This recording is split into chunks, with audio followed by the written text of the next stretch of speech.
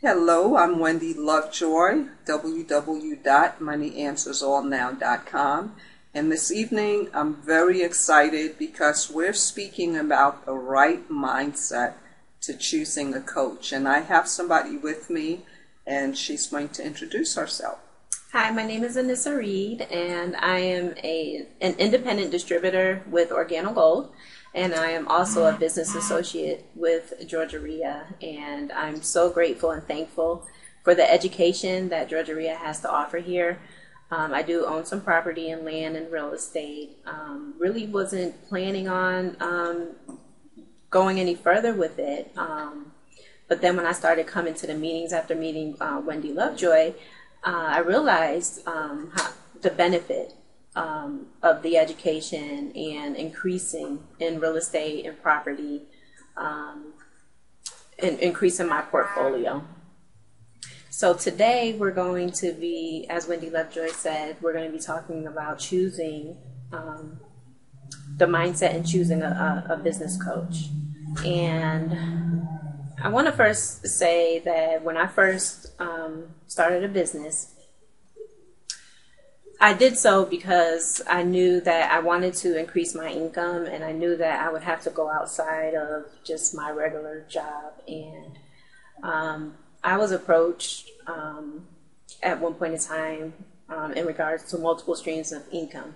So when I first heard about multiple streams of income and how important it is to have residual income, I came to an understanding that this is really what I should have in my life. And so I decided that I was going to join a multi-level marketing networking business. And in doing so, I had a very small circle of influence at the time. I come from a background to where I was pretty much shut in because I pretty much shut in myself. So I was a homebody. I didn't really get out much. I was one of those people that pretty much said, I don't like people. I don't like to talk to people. I was just very uncomfortable, being around other people. And so when I decided that I was going to join multi-level marketing, I knew that I would have to eventually increase my circle of influence. Didn't know how I was going to do it, but I just knew that I wanted what multi-level marketing had to offer, which is relationships. That's number one, building relationships. And that's what I wanted to do. I wanted to come out from being that homebody person, from feeling like I have to be withdrawn or an introvert. I didn't want to be that anymore. And so in joining multi-level marketing, I, of course, struggled in the very beginning.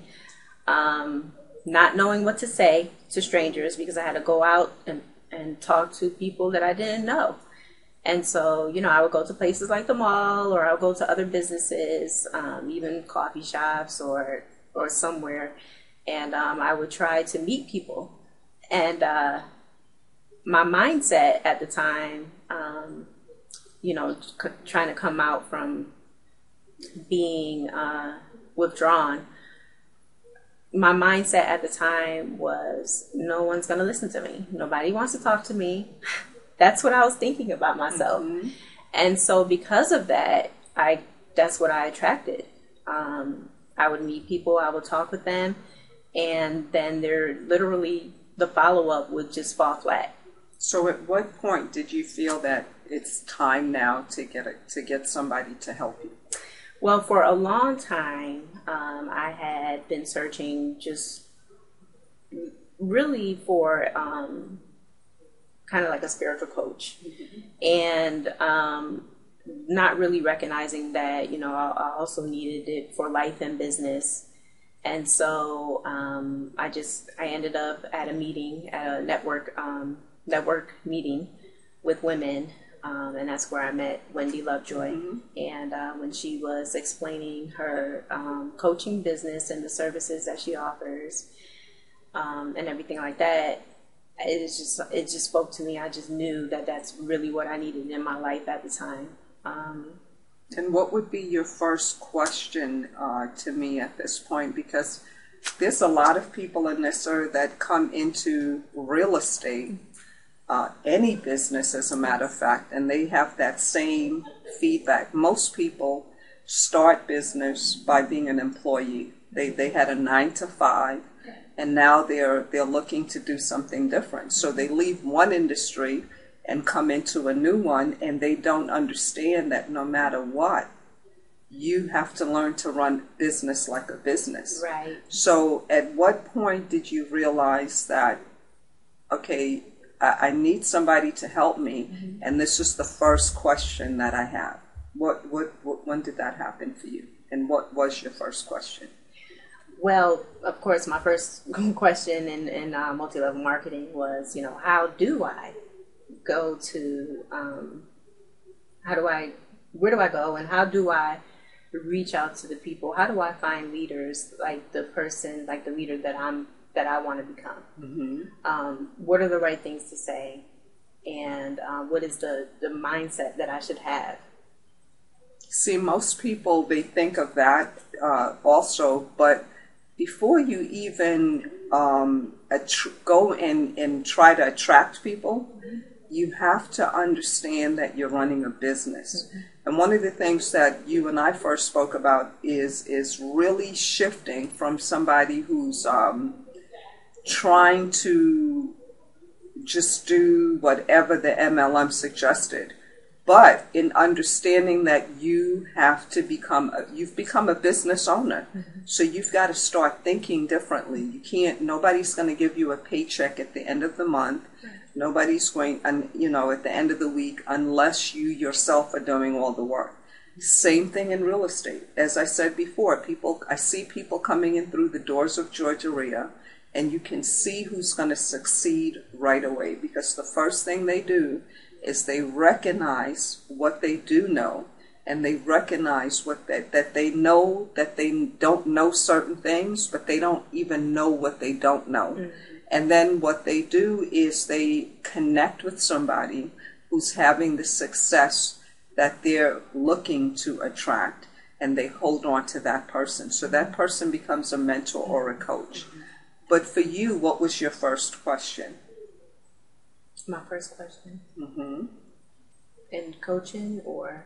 Just your first question, because I noticed you have some questions in front of you. Oh, okay. Did you want to ask me any of those? I'm sorry. It's okay. Yes, I do have some questions. Sure.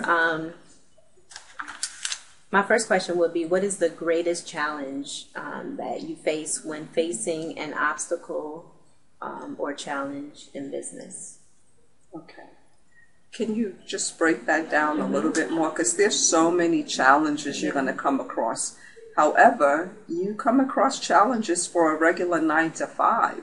Yeah. And for some reason, people will have a challenge in a 9 to 5, and they'll persevere, they'll tolerate, they'll accept, and they'll stay at that job 30, 40 years.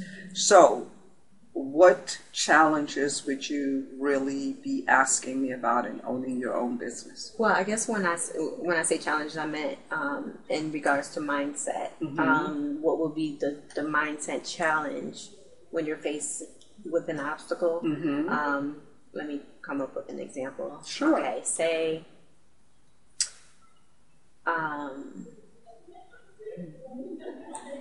your obstacle is you work a 9 to 5. Mm-hmm. Okay, you started, you joined an MLM, mm-hmm. and now you're faced with, okay, the marketing's not done for you. Okay, because with a job, your marketing's done for you, so the work comes to you. Mm-hmm. So when you go to MLM, you're your brand, you're the marketing person. So how would you face that challenge with a correct mindset? Okay. Well, that's a very good point. And again, it doesn't matter what the business is. I know the audience listening to this is going to be primarily real estate people, so it's the same challenge they face. They've had a 9 to 5, and somebody else was covering their marketing. However, when you own a business, you are the brand. You are the business. It's not like the business is over there and you're over here. the business and you are one and the same. So you cannot separate the two.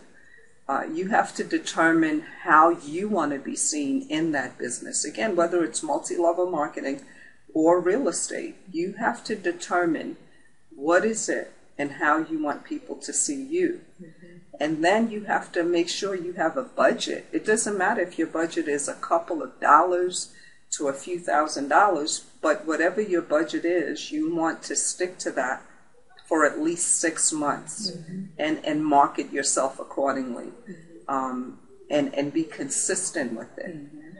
But coming into a new area of business, like you have a regular job, mm-hmm. and then now you became a business owner of a multi-level marketing company, mm-hmm. and then you also have real estate. You're also a mom, you're a wife, so you're also a church member. Somebody can look at all of that and think you can't pull it all together and make it part of your business. I say you want people to understand all of that about you, mm-hmm. and brand that accordingly. Mm-hmm.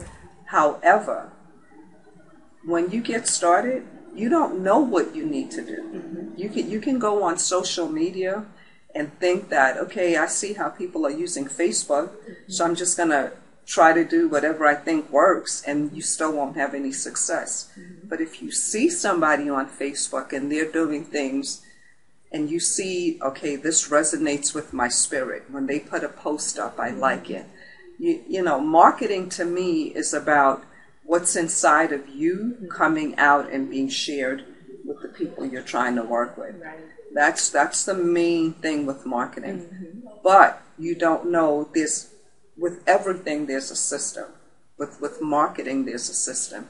You may not know the 8 things you need to do in marketing, but if you connect with the right person. Mm-hmm. So the way I would answer that for you is to say, just understand that you need to have a marketing budget. Right. You cannot start a new business without having a marketing budget. You cannot expect, Coca-Cola doesn't not market every day. You know, every single day they're looking at other ways to invest more money into their marketing. Mm-hmm. That's the most important part of your business. Right. Mm-hmm. Okay.